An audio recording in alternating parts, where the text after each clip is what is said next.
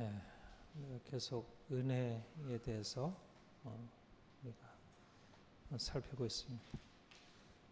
은혜에 대해서 좀 묵상하고 또 설교하고 그러면서 사는 게 너무 좋고 하나님이 아주 제대로 인도하신다 생각을 해요. 너무 가장 기본이고 사실 너무 잘 알고 있는 것 같은데 실제 삶에서 이게 잘 적용이 안 되는 은혜만큼 이제 우리의 신앙에 기본이 없는데 그 은혜가 그냥 개념으로 있고 실제 삶의 능력으로 나타나지 못하는 거예요. 그러니까 진리가 너희를 자유케 하리라고 했는데 그 진리가 우리를 자유케 하는 그 진리 중에 가장 중요하고 기초적인 진리가 은혜의 진리라고 생각해요. 하나님이 은혜로 우리를 구원하셨다. 믿으면 복받는다. 그러니까 은혜라는 얘기는 믿음이라는 얘기와 같은 얘기예요. 하나님 편에서는 은혜이고 우리 편에서는 믿음이고 믿으면 복받는다. 믿으면 구원받고 믿으면 복받는다. 근데 거듭 말씀드리지만 은혜로 구원받고 오직 믿음으로 구원받는다는 사실은 인정하지만 실질적으로 은혜로 복받고 은혜로 믿음으로 복을 받아 누리고 이 세상에서 행복하고 성공적으로 살 수 있다는 사실에 대해서는 사람들이 잘 믿지 않는 거예요. 그리고 구원은 은혜로웠지만 이 땅에 살 때 행복하고 성공하는 것은 좀 다른 것에 달려 있지 않을까? 일단 돈이 있어야 하지 않을까? 사람들이 나를 인정해주고 내가 사람들로부터 칭찬을 받아야 되지 않을까? 그러려면 내가 뭔가 갖추고 있어야 하고 재능도 있어야 하고 실력도 있어야 하고 또 뭔가 삶에 성과가 있어야 하지 않을까? 말하자면 구원의 조건과 이 땅에서의 삶의 행복, 성공의 조건을 다르다고 생각하는 거예요. 믿는 사람들도. 그러니까 이제 교회 나와서 하나님 찬양하고 하나님의 나를 구원하신 것 감사합니다. 이렇게 고백하지만 교회 문을 나가서 가정에서 자녀들을 데리고 씨름하고 또 직장에 나가서 여러 가지 힘겨운 일들을 감당하고 할 때는 은혜, 믿음은 사라져버리고 내가 일을 잘해야 되는데 어떻게 하면 아이를 잘 키우지? 어떻게 하면 돈을 많이 벌지? 걱정, 근심, 두려움이 찾아오고 그러니까 은혜로 얻은 구원이 실제적으로 은혜의 삶으로 나타나지 못한다는 것입니다. 그래서 여러분들에게 거듭 말씀드리지만 은혜로 구원받은 우리 안에 하나님이 주시는 것은 단지 미래의 천국만이 아니고 이 땅의 삶의 구원, 그게 성공과 행복이에요.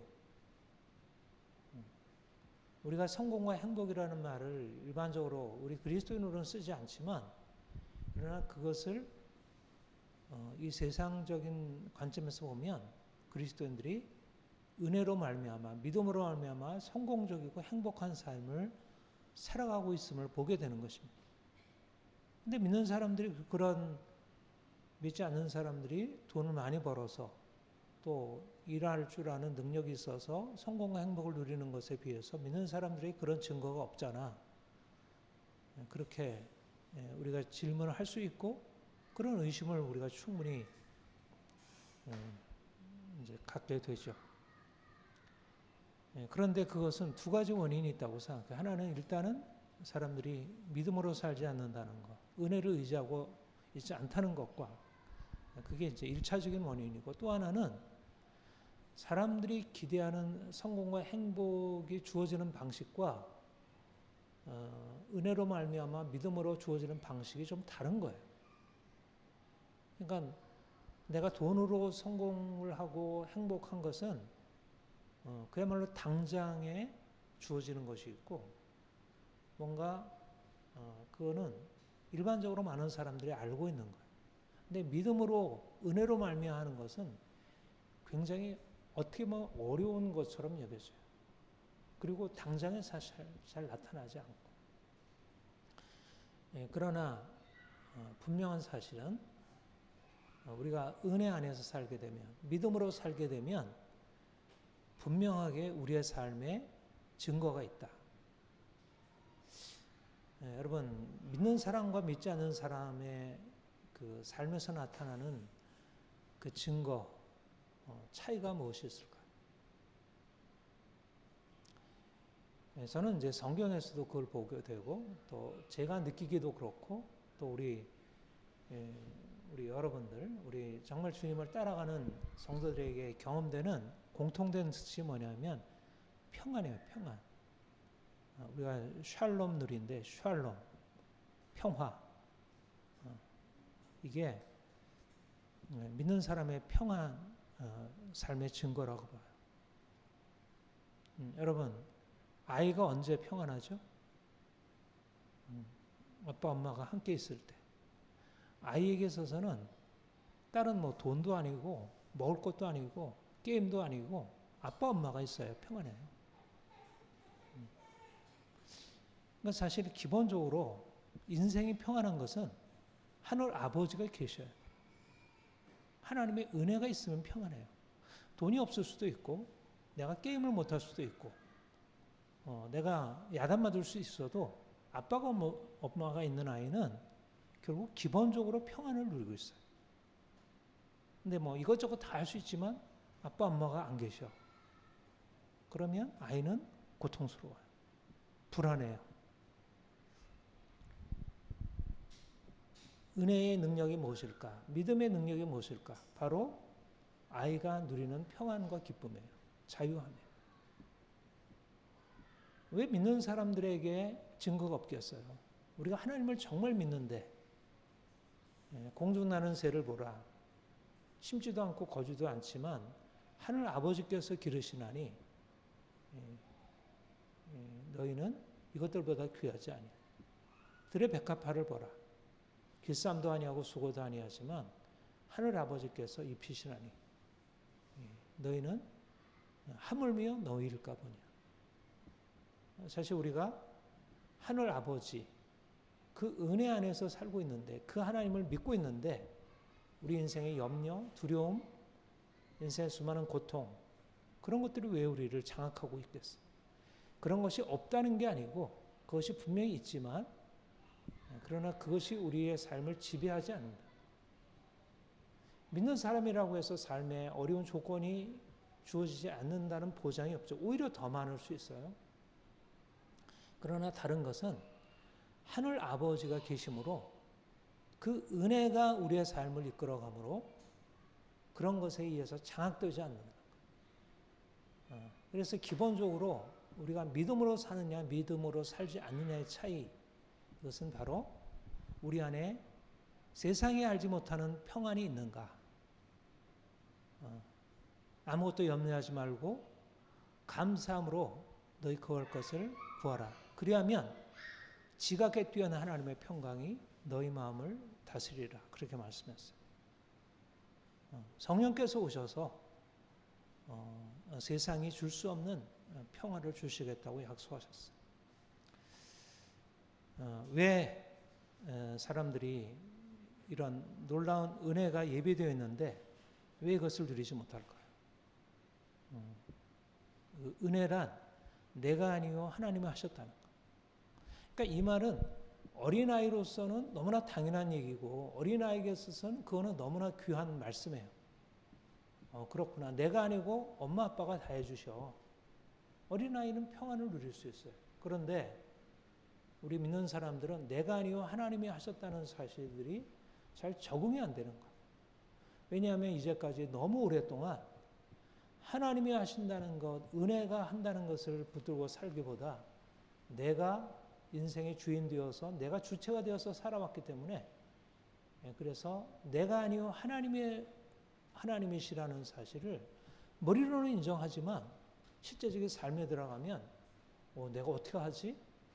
어떻게 하지? 나는 돈이 없는데, 나는 가진 것이 없는데, 나는 어떻게 하면 좋아? 걱정하고 염려하게 되는 것입니다. 주님이 우리에게 은혜로 이끌어 가시기 위해서 우리에게 요구하는 것은 내가 아니요 하나님이라고 하는 사실들을 더 깊이 깨닫는 것입니다. 갈라디아 2장 20절 내가 그리스도와 함께 십자가에 못 박혔나니 이젠 내가 사는 것 아니요 내 안에서 그리스도께서 사시는 것이다. 내가 육체 가운데 사는 것은 나를 사랑하사 나를 위하여 자기 몸을 버리신 하나님의 아들을 믿는 믿음 안에서 사는 것입니다. 은혜 안에서 사는 것입니다. 우리가 육체 가운데 살아가는 것은 내가 육체로 살아가는 게 아니고 내 돈으로 살아가는 게 아니고 나의 힘으로 살아가는 게 아니고 일로 살아가는 게 아니고 하나님의 사랑 안에 은혜 안에 살아가.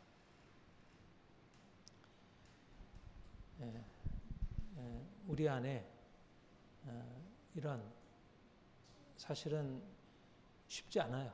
내가 아니요 하나님의 은혜로 된다는 것은 어렸을 땐 너무 당연한 얘기인데 점점 청소년 되고 청년 되고 성인이 되고 이 사회를 경험할수록 은혜로 되는 게 아니라 일로 된다는 것, 내 능력으로 된다는 것, 이것이 바로 우리의 뇌리에 딱 박혀서 이 오랜 생각을 바꾸기가 어려워요.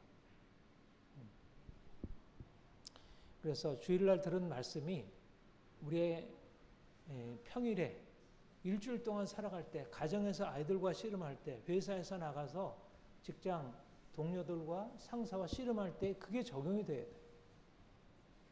내가 하는 게 아니고 하나님의 은혜가 하는 일이지. 내가 못하는 것, 내가 붙들고 하려고 씨름하기보다 하나님의 은혜가 하도록 내가 해야겠다.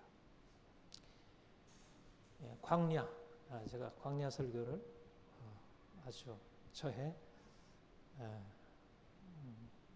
주 레퍼토리 하나죠. 오늘은 이제 광야를 은혜의 관점에서 좀 말씀을 나누고자 합니다. 광야란 무엇일까? 은혜를 배우는 곳이, 은혜의 배움터, 은혜 학교, 광야 은혜 학교에. 은혜는 한 번에 되질 않아요. 은혜를 경험하는 것은 쉽지만 내 머릿속에 은혜가 딱 자리를 잡고 은혜로 된다는 사실을 내가 붙들고 은혜 의식으로 살아가는 것은 쉽지 않아요. 은혜를 경험할 수는 있어요. 내가 병을 고침받을 수도 있고 재정적인 어려움을 해결받을 수도 있고 누군가로부터 사랑을 받아서 이 은혜구나. 때때로 우리에게 은혜의 경험은 있을 수 있지만 은혜가 우리의 삶을 이끌어가는 원리가 되고 내가 아니요 하나님의 은혜로 된다는 사실이 내 삶에 장착이 되어서 내가 그렇게 살아가기는 너무 어려워요. 이건 배워야 돼요. 여러분 한두 마디 영어 할 수 있지만 내가 영어를 가지고 유창하게 하려면 영어를 오랫동안 배워야 돼요. 마찬가지로 은혜도 단번에 우리에게 삶에 주어지는 게 아니고 은혜가 주어지는 건 있지만 내가 은혜 안에서 살고 지속적으로 내 삶이 은혜에 의해서 이끌리는 삶이 되려면 은혜를 배워야 돼. 근데 그걸 어디서 배우냐? 광야에서 배운다. 광야. 인생의 광야. 아무것도 없는 곳.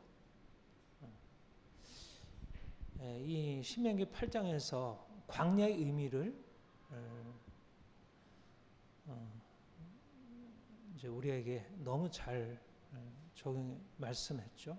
출애굽기, 민수기, 신명기에서 거듭 이스라엘 백성들의 출애굽 과정을 잘 설명하고 있는데 그런데 이 신명기 8장이 그 광야의 의미를 너무 분명하게 얘기를 했죠. 그 광야를 지나매라는 우리 복음성가에 보면 이제 이런 광야의 의미가 이제 잘 나타나 있는데 하나님이 이스라엘 백성들을 애굽 400년 동안의 이 고된 종살이 너무 고통스러운 진짜 오늘날 비인간적인 노동 이런 얘기를 하지만 옛날에 노예로서 하는 노동과는 비교할 수 없는 거죠. 당시에는 그것도 400년 동안이나.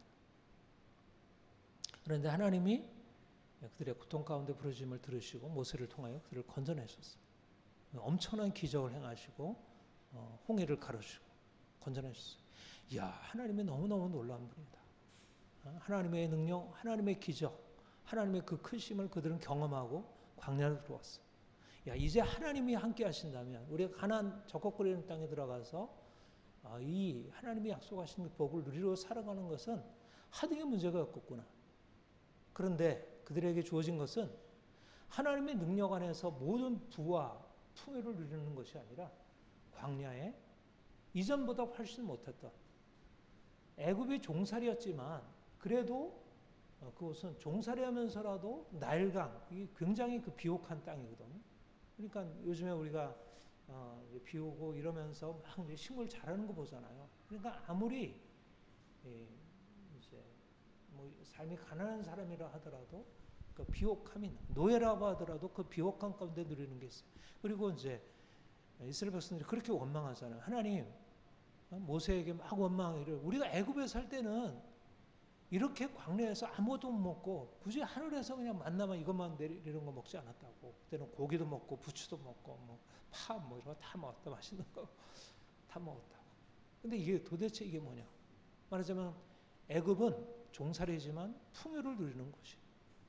그런데 그들이 자유로 이제 떠났지만 그러나 그들이 도착한 것은 메마른 땅, 거친 곳, 아무런 물이 없고 식물이 없고 먹을 것이 없고 마실 물이 없고. 그래서 그들은 하나님에 대해서 원망하고 이게 도대체 뭐냐? 우리가 여기서 이 고생하려고 나왔는데. 그런데 그곳이 바라 하나님이 그들을 인도하셨다는 것입니다. 하나님이 일부러 그들을 그리로 인도하셨다는 거예요. 특별히 사실 우리가 잘 아는 대로 열 정탐꾼이 불평한 사건으로 인해서 모든 백성들이 하나님을 원망하게 되자 하나님이 열 정탐꾼이 40일 동안 정탐한 날을 40년 연으로 환산해서 40년 동안 너희가 광야에서 유리하며 너희가 고생해야 하리라. 그렇게 그래서 40년 동안 그들이 낮추고 줄이는 그런 과정을 경험했어요. 그런데 그것은 단지 그들에 대한 징벌이 아니었던 거예요. 그들 안에 하나님이 애굽에서 얻지 못했던 새로운 삶을 그들에게 전해주시려는 하나님의 계획적인 의도였던 것입니다. 그야말로 그들을 학교로 인도하시고. 그게 무엇이었나요? 여기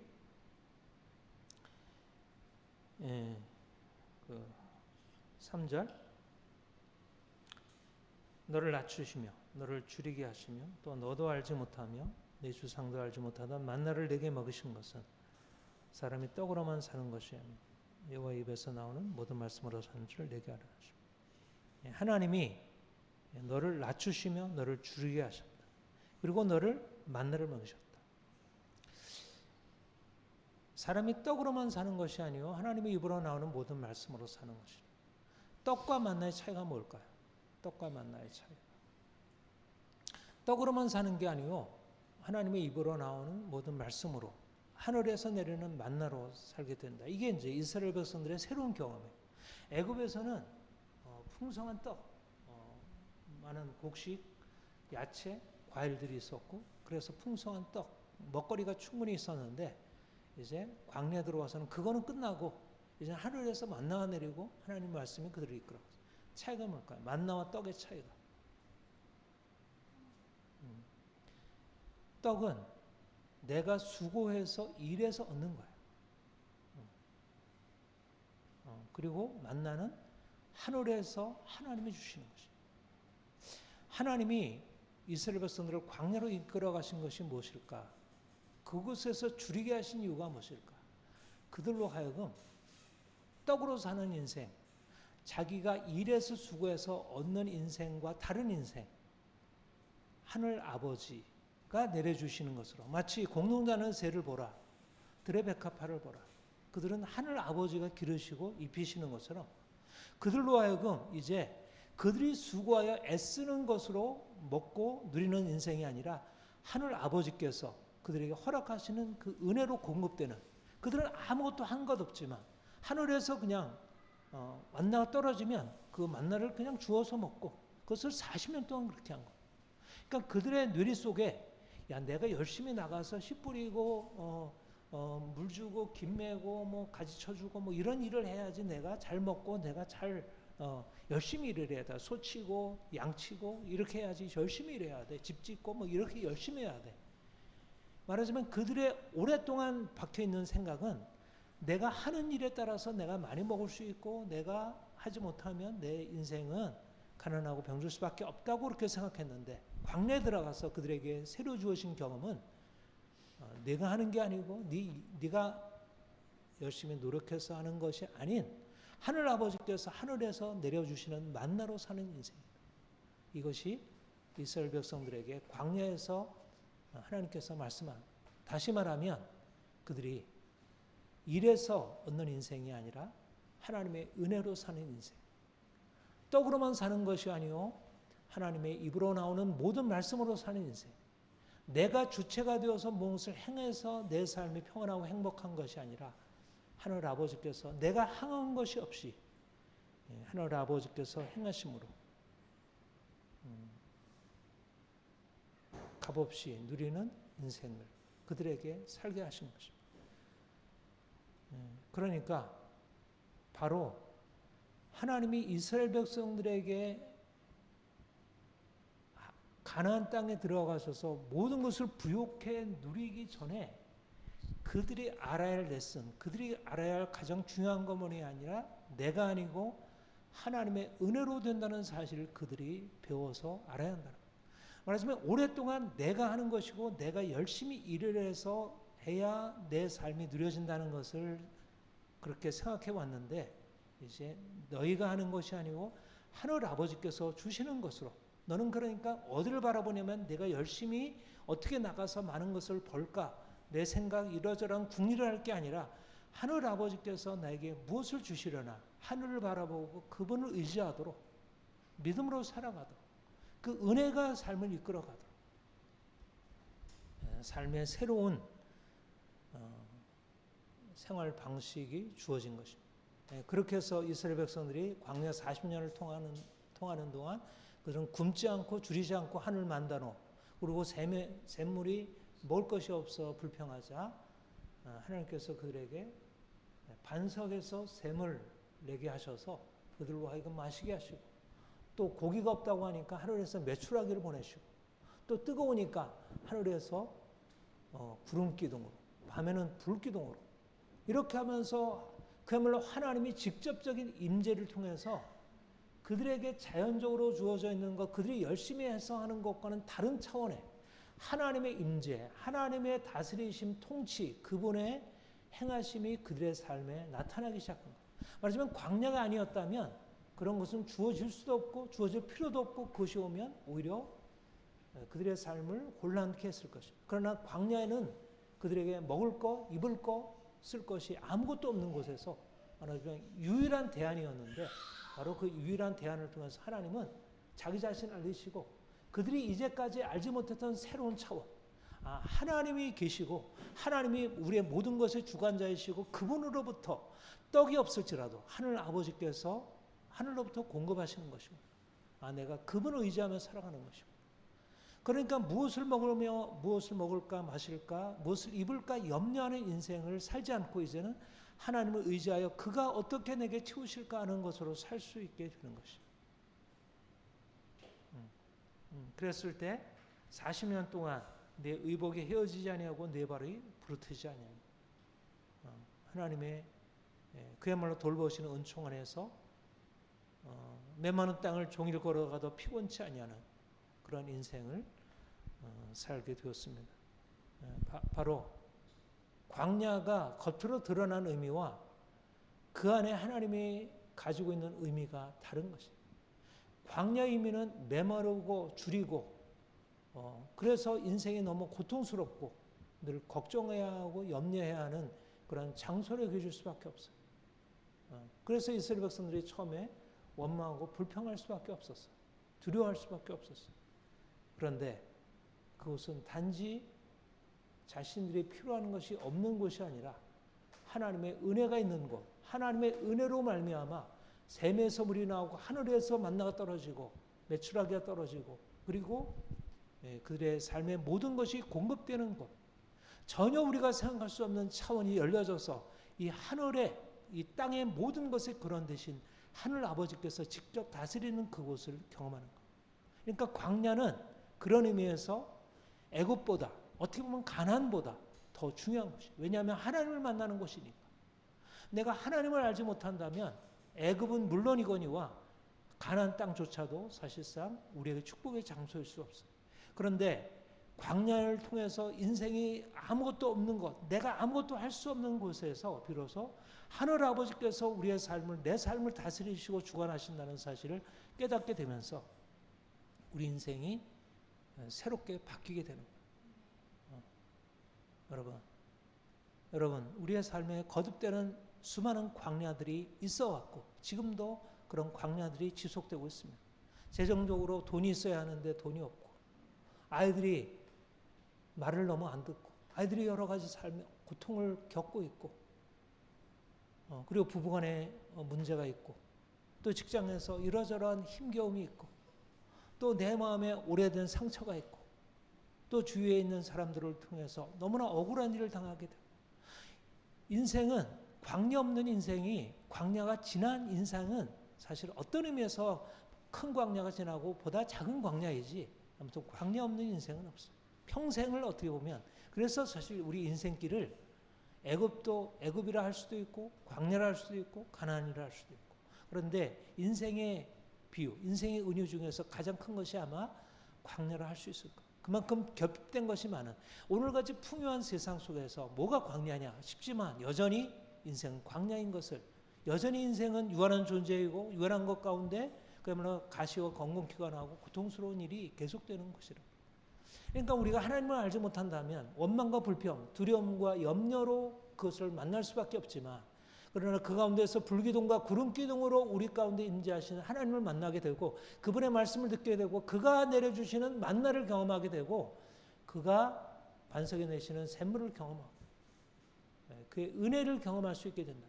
그러니까 광야 안에서 우리의 삶이 이제까지 내가 알고 있었던 것은 무엇을 먹을까 마실까 무엇을 입을까로 인생이 측정되고 그것에 대해서 평가되고 그것에 따라서 인생이 사라졌는데, 근데 이제 무엇을 먹을까 무엇을 마실까 입을까가 아니라 내가 무엇을 소유하고 있나, 내 집이 내가 월세인가 전세인가 내 집인가, 그런 것과 다르게 다른 차원, 하나님이 내 인생 가운데 함께 하시고 그가 나를 붙드신다는 것으로 인해서 내 인생이 새로운 국면으로 들어가게 되는 거예요. 광야를 통해서 주어지는 게 무엇입니까? 이 눈이 열리는 거예요. 사람이 떡으로만 사는 것이 아니요 하나님의 입으로 나오는 모든 말씀으로 산다는 이 놀라운 사실을 어디서 배우게 되냐면 광야에서 내가 낮추어지게 되고 줄이게 될 때, 이제까지는 사람이 떡이 있어야 돼, 떡할 수 있는 일이 있어야 돼, 능력이 있어야 돼, 그게 우리의 고정관념이었는데 떡이 아니라 하나님의 은혜가 있는 거구나, 내가 일해서 떡을 많이 비축하는 것이 아니라 하나님의 은혜로 되는 것이요. 이것이 바로 일하는 자가 이제 믿는 자로 바뀌어지는 것이에요. 육에서 난 것은 육이요 영으로 난 것은 영이. 내가 내게 더 겁나게 했다는 말을 놀랍게 여기지 말라. 이제 육으로 살아왔다면, 내가 육체의 능력으로 육체의 힘으로 살아왔다면 이제 내 힘이 아니라 하나님의 은혜로 영으로 살아가는 것이고 하나님께서 나를 주관하시는 삶을 믿고 살아가는 것입니다. 따라서 우리의 삶에 주어지는 광야를 어떻게 받아들여야겠습니까? 우리가 두려워하거나 염려하거나 불평하거나 원망하거나 그렇게 받아들일 게 아니라 하나님이 이 광야 은혜 학교에서 나에게 은혜라고 하는 새로운 차원을 우리에게 가르치시고 있구나, 내가 믿음으로 살아가는 법을 여기서 배우고 있구나. 이 은혜 학교를 잘 통과해야 가나안에 들어가서 진짜 먹고 풍성한 삶을 누리게 될 때 그것이 진정한 축복이 될 수 있구나. 여러분들이 이미 사실은 이 광야에서 하나님의 은혜를 많이 경험하고 있고 계속 그리로 들어가게 됨을 감사하게 됩니다. 더 그 은혜의 더 깊은 곳으로 정말 전폭적으로 내가 아니요 하나님의 은혜라고 하는 사실을 떡으로 사는 것이 아니요 하나님의 말씀으로 산다는 것을 더 고백하고 더 그 하나님을 만날 수 있길 바랍니다. 이스라엘 백성들이 광야에서 은혜로 산다는 것을 배운 것은 광야는 결핍된 곳이니까 하나님의 은혜가 필요하고 이제 모든 것이 풍성한 곳에서는 은혜는 사라지고 더 이상 그것과 상관없이 내 힘으로 살아가는 것일까? 그렇지 않다는 것.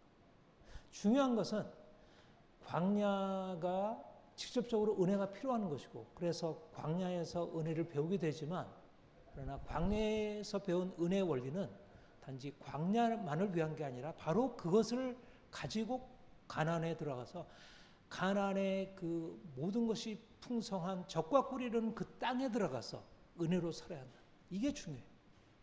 바로 이게 중요해요. 그런데 이스라엘 백성들에게 일어난 일은 뭘까요? 광야에 있을 때 힘겹게 배웠잖아요. 그들이 엄청난 많은 징계를 받았고 고통을 겪으면서 내가 아니요 하나님의 은혜로 된다는 사실 그들이 배웠어요. 그런데 그들이 가나안 땅에 들어가니까 모든 것이 다 있는 거예요. 너무나 풍성한 게 많은 거예요. 그러니까 그들은 그거는 전에처럼 이제 만나는 다 끝쳤어요. 샘에서 물이 나는 게 아니라 내가 우물을 파서 물을 푸고 물을 마시고 그리고 내가 나가서 열심히 일을 해서 먹고 그러니까 이제는 다시 일을 해서 열심히 해야 내가 먹는다는 것이 내 삶에 점점 들어오기 시작해요. 그리고 또 하나는 가장 중요한 게 뭐냐면 사실 그 애국을 떠나서 광야에 살 때는 사실 이스라엘 백성들은 하나님과 광야밖에 없잖아요. 그러니까 그들은 하나님의 말씀 듣고 하나님이 이끌어 가시는 대로 해요. 그런데 이제 가나안 땅에 들어가면 가나안에 수많은 이방 민족들이 있어서 그들이 살아가는 삶의 모습을 보게 돼요. 그러니까 가나안은 오히려 가나안 사람들이 더 잘 아는 거예요. 어떻게 열심히 일을 해서 수확을 하고 어떻게 해야 하는지. 그러니까 그들을 바라보고 배워가는 게 훨씬 나아요. 그러니까 그들이 처음에 광야에서 하나님이 나와 함께 하심으로 이 은혜가 나를 이끌어 가시는 해서 감격하고 그 은혜 하나님을 찬양하고 그 하나님께 기대던 그들이 이제 가나안에 들어가서 그 땅의 풍요를 맛보면서 열심히 내가 돈을 많이 벌고 내가 열심히 일을 해서 이 많은 것들을 거두고 해야지. 그리고 이방 사람들을 보고 그들을 보고 배우게 돼요. 그래서 그들이 하나님께서 그들에게 광야에서 주셨던 그 은혜의 교훈을 잃어버린 것입니다. 그래서 가나안에 들어가서는 다시 일하는 자로 다시 돌아선 거예요. 이게 이스라엘 백성들이 광야에서 이제 가나안을 정복해서 오히려 풍성하게 되었지만 그들은 그 축복이 하나님의 축복이었지만 그러나 그 축복이 그들의 것으로 유지될 수 없어요. 그 이후에 이스라엘 백성들의 역사의 과정 여러분들이 잘 알죠? 역사의 과정 끊임없는 외적의 침입이었고 결국 나중에 아수르 바벨론에서 패하고 포로로 쫓겨나게 되고 추방당하고 유리하는 삶을 살게 되었어요. 그런데 바로 그러한 삶에 대해서 그렇게 되리라고 하는 것을 모세가 예언한 것입니다. 본문이. 그러니까 바로 너희가 광야에서 이런 것을 배웠다. 그런데 너희가 이제 곧 가나안에 들어가게 될 텐데 너희가 가나안에 들어가면 이렇게 될 것이다. 이렇게 말씀을 했어요. 본문에 뭐라고 말하죠? 11절, 12절 이렇게 얘기를 해요. 네가 먹어서 배부르고 아름다운 집을 쫓고 거주하게 되며 또 내 소와 양이 번성하며 내 은금이 증식되며 내 소유가 다 풍부하게 될 때 내 마음이 교만하여 내 하나님 여호와를 잊어버릴까 염려하노라. 상황이 더 좋아졌잖아요. 그러면 이거 너무 좋다. 그렇게 감사할 일인데 근데 어떻게 된다고요? 교만하여 하나님을 잊어버릴까 한다.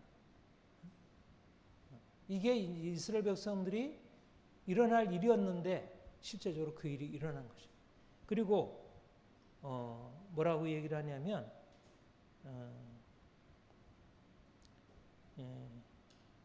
하나님이 광야에게 그렇게 이제 놀라운 축복을 주시고 나서 17절에 그러나 내가 마음에 이르기를 내 능력과 내 손의 힘으로 내가 이 재물을 얻었다 말할 것이라. 그러니까 그들이 교만하여 하나님을 잊어버리게 되고 그리고 그 얻은 것을 그 은금 그 소와 양과 그 모든 풍요한 것을 어떻게 돌리게 된다고요? 자기에게 돌려. 내 능력과 내 손의 힘으로 이것을 얻었다. 그러니까 그것이 하나님의 주신 것인데 그것도 역시 하늘의 만나만이 아니고 샘물만이 아니라 그들이 먹고 입는 그 땅의 풍요한 식물들과 은금 그 모든 것들이 하늘 아버지의 은혜인데 그것을 자기가 했다고 생각하는 거예요. 그래서 하늘 아버지께 영광을 돌리고 그에게 감사하고 그의 말씀에 순종하는 것보다 자기가 했다고 생각하게 되고 이방 민족을 따라가게 되는 것입니다. 이것이 바로 이스라엘 백성들이 가나안의 축복을 오히려 저주로 바뀌게 돼. 그렇게 되면 어떻게 돼요? 여호와께서 내게 말씀하시길 민족같이 너희도 멸망하리니 너희가 여호와의 목소리를 청종하였어요. 하나님의 명령을 청종하지 아니하므로 그들이 자기가 했다고 스스로 자랑하는 말미암아 하나님을 떠나게 되므로 그들이 얻은 모든 축복이 저주로 끝나게 되어버리는 것이죠. 그래서 말씀하기를 내 하나님 여호와를 기억하라. 내게 재물 얻을 능력을 주셨습니다.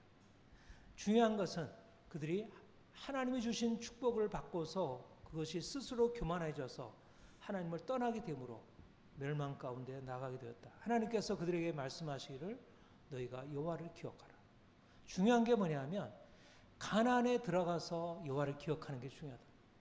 광야에서는 물론 먹을 것이 없으니까 하나님 좀 주세요. 하지만 광야만이 아니라 가나안에 들어가서 모든 것이 풍성한 그 풍성함이 자기의 노력이 아니라 하나님께서 주신 것임을 알고 기억한. 그러니까 말하자면 광야의 원리가 가나안에도 동일하게 적용되어야 한다. 그러니까 가나안이 하나님이 주신 축복의 장소이지만 은혜를 기억하는 데 있어서는 광야보다 쉬운가 어려운가? 더 어려운 거예요. 더 어려운 거예요. 광야는 그래도 아무것도 없기 때문에 하나님의 은혜 외에는 다른 것을 볼 수 없으니까 하나님을 의지하게 되는데 가나안에 들어가게 되면 자기의 노력으로 결실한 것이라고 생각하고 하나님의 은혜를 의지하기보다도 자기 힘을 의지하려고 세상을 의지하게 되고 이것이 바로 우리가 경험하는 바예요. 우리가 인생에 많은 수많은 공경 가운데서 하나님 나 좀 도와주세요. 하나님 살려주세요. 하나님 앞에 어린아이와 같은 자세를 가지고 나아가요. 그러나 하나님의 은혜를 통해서 우리의 삶이 회복되어지면 어느새 하나님은 사라지고 내 힘으로 하는 것이지. 그 다음에 세상의 눈에 보이는 것들이 우리의 삶을 주장하게 되고 그러면 인생이 내가 원하는 대로 되지 못하잖아요. 인생이 내가 내 힘으로 살아갈 수 있나? 인생은 어디까지는 유한한 존재인데 그러니까 수많은 삶의 문제 가운데 부딪히게 돼요. 그러면 하나님께 나아가는 것을 잊어버렸기 때문에 다시 하나님께로 돌아가는 게 잘 안 되는 거예요. 염려, 근심, 걱정, 두려움, 원망, 불평이 찾아오지만 처음에 주님을 만났을 때 그 기억, 하나님의 은혜로 나를 붙드셨다는 그 기억은 사라지고 이제 내가 해야 되는데 이거 어떻게 하면 좋지? 이리저리 쫓아다니고 저는 믿는 사람들이 처음에 주님을 만나고 고통 가운데 있을 때는 어린아이와 같이 단순하게 주님께 나오다가 은혜를 경험하고 그걸 회복한 이후에 회복하고 나서 사실은 하나님을 떠날 수 있죠. 그런데 그 다음에 문제는 뭐냐면 그러고 나서 인생의 문제를 만났는데도 다시 돌아오는 감각을 잃어버려요. 찾지를 못해요. 말하자면 하나님께서 주시는 은혜를 찾기가 그렇게 쉽지 않다는 거예요. 그러니까 사실은 정말 필요한 게 뭘까? 우리가 좀 더 돈 많이 벌고 먹을 거 풍성하고 다른 사람이 나를 인정해주고 사회적 지위가 높아지고 그것이 하나님 주시는 축복이라 하더라도 그보다 더 중요한 게 뭐냐면 광야의 교훈입니다. 내가 아니고 하나님의 은혜로라고 하는 것이 확실해야 하나님이 주시는 수많은 축복을 누리면서도 그것을 나에게 돌리지 않고 내 능력과 내 힘과 손으로서 이것을 했다는 그 교만으로 빠지지 않고 결국 하나님의 축복을 유지할 수 있어요. 여러분, 왜 광야가 필요합니까? 철저하게 깨어져서 내가 아니요 하나님의 은혜로라고 하는 것이 내 마음에 확실하게 자리 잡아서 어떤 상황에 부딪혀도 아무리 내 삶의 모든 것이 좋아져도 내가 한 것이 아니요 하나님의 은혜로라 이렇게 고백할 수 있어요. 여러분, 우리의 외적인 상황에 따라서 삶이 어려울 때는 은혜를 붙들다가 삶이 좀 회복되면 다시 내가 나서고, 이게 우리의 연약한 믿음이에요. 하나님이 우리를 여전히 광야를 두시는 이유, 여전히 우리의 삶에 광야가 필요한 이유, 우리의 광야를 통해서 하나님이 우리를 이끌어 가시는 방식이 바로 이것입니다. 여전히 우리가 남아있는 내가 무엇을 할 수 있다는 그런 자신감, 내가 해야 한다는 그런 강박적인 생각, 하나님께서 그것을 깨뜨리셔서 우리로 하여금 오직 하나님만 의지하도록. 여러분, 지금은 우리가 광야일까요? 가나안일까요? 사실 지금의 위기는 오히려 광야보다는 가나안의 위기예요. 이스라엘 백성들이 가나안에 들어가서 당한 위기가 지금 오늘날 수많은 사람들이 당한 위기예요. 아무리 지금 돈이 없다 하더라도 나라에서 다 복주로 채워줘요. 지금 먹을 것이 없고 입을 것이 없는 시대는 이미 많이 지나갔어요. 병이 고치면 수많은 보험제도 이런 것들이 와서 우리를 쉽게 고칠 수가 있어요. 수많은 것들이 우리를 풍요를 채워줘요. 그래서 지금 사람들은 결핍된 것이 위기가 아니고 너무 채워져 있고 너무 채울 수 있는 것들이 많이 있어서 굳이 하나님을 의지하지 않아도, 내 힘을 의지해도 또 다른 세상의 것들을 의지해도 될 수 있는 그런, 그래서 하나님을 잊어버리기가 너무 쉬운 시대를 우리는 만나고 있어요. 그래서 우리가 광야를 거듭거듭 찾아가요. 하나님이 우리를 광야로 인도하신 것에 대해서 감사하고, 오히려 광야의 그 교훈을 잊지 말고 광야의 감각을 잊어서는 안 돼요. 그래서 사도 바울이, 그러니까 철저히 깨어진 사도 바울이, 내가 다른 사도보다 더 많이 했으나 내가 아니요 하나님의 은혜로 한 것이라. 그는 수많은 것들을 이룬 사람이고 수많은 일을 했지만 그러나 그 안에는 내가 아니요 하나님의 은혜로라. 여러분, 하나님이 우리의 삶의 능력이셔요. 우리가 이룬 모든 것들도 하나님께로부터 난 거예요. 우리가 없을 때도 하나님께 구할 일이고 있을 때도 하나님의 은혜로 된 것이라고 하나님께 감사하고, 계속 하나님 앞에 교만해지지 않도록, 우리의 마음이 둔해지지 않도록, 잘할 때 조심해야 돼. 잘할 때 조심해. 없을 때도 믿음을 지키기가 쉽지 않지만 우리의 인생이 잘 풀려나갈 때 더 어려워요. 하나님이 우리를 가나안의 크신 축복으로 이끌어 가시고 있습니다. 하나님의 은혜가 우리를 위하여 예비되어 있습니다. 필요한 것은 광야에서 우리를 이끌어 가신 주님, 떡으로만 사는 것이 아니요 하나님의 입으로 나오는 모든 말씀으로 사는 것이라 말씀하신 주님, 그가 우리의 삶을 주관하시도록 전적으로 그분께 우리의 삶을 맡기고 우리의 삶 가운데서 그의 은혜가 우리를 이끌어가도록 더욱더 온전한 은혜를 더욱더 배우고 또 배운 은혜의 진리 안에 거하시기를 축복합니다. 기도하겠습니다. 하나님 아버지, 하나님이 우리를 사랑하셔서 우리의 모든 좋은 것 채워주시고 우리로 하여금 걱정 근심 없도록 이끌어 주시니 감사드립니다. 무엇보다 우리에게 하나님을 알게 하셔서 내가 아니요 하나님의 은혜로 되어지는 것을 깨닫게 하시니 감사합니다. 여전히 우리 안에는 내가 해야 한다는, 내가 할 수 있다는 그런 이 시대의 가치관이 너무 깊게 들어와 있고 우리의 삶을 이끌어가고 있음을 봅니다. 주님, 우리를 광야의 과정으로 인도하시고 또 지금 주어진 광야의 시간들 속에서 더 은혜로 살아가는 법을 배우게 하옵소서. 이스라엘 백성들이 가나안 땅에 들어가 하나님의 은혜를 잊어버리고 그들이 자기 능력으로 자기 힘으로 살아가는 것으로 착각했듯이 여전히 우리의 삶에 이와 같은 어리석음이 있음을 고백합니다. 하나님, 철저하게 낮아서서 오직 은혜로 됨을 우리가 더 깊이 깨달을 수 있도록 날마다 어린아이와 같이 하나님의 은혜를 구하는 자 되게 하옵소서. 우리 주위에 수많은 사람들이 하나님의 은혜를 깨닫지 못하고 인생의 고통 가운데 살아가고 있고 또 자기 확신과 쓸데없는 자랑 가운데 살아가고 있음을 봅니다. 주님, 사람들을 이 은혜의 진리 안으로 이끌어갈 수 있도록 우리가 먼저 은혜를 배우고 은혜를 통해서 주의 풍성함 누리게 하옵소서. 감사합니다. 예수님의 이름으로 기도합니다. 아멘.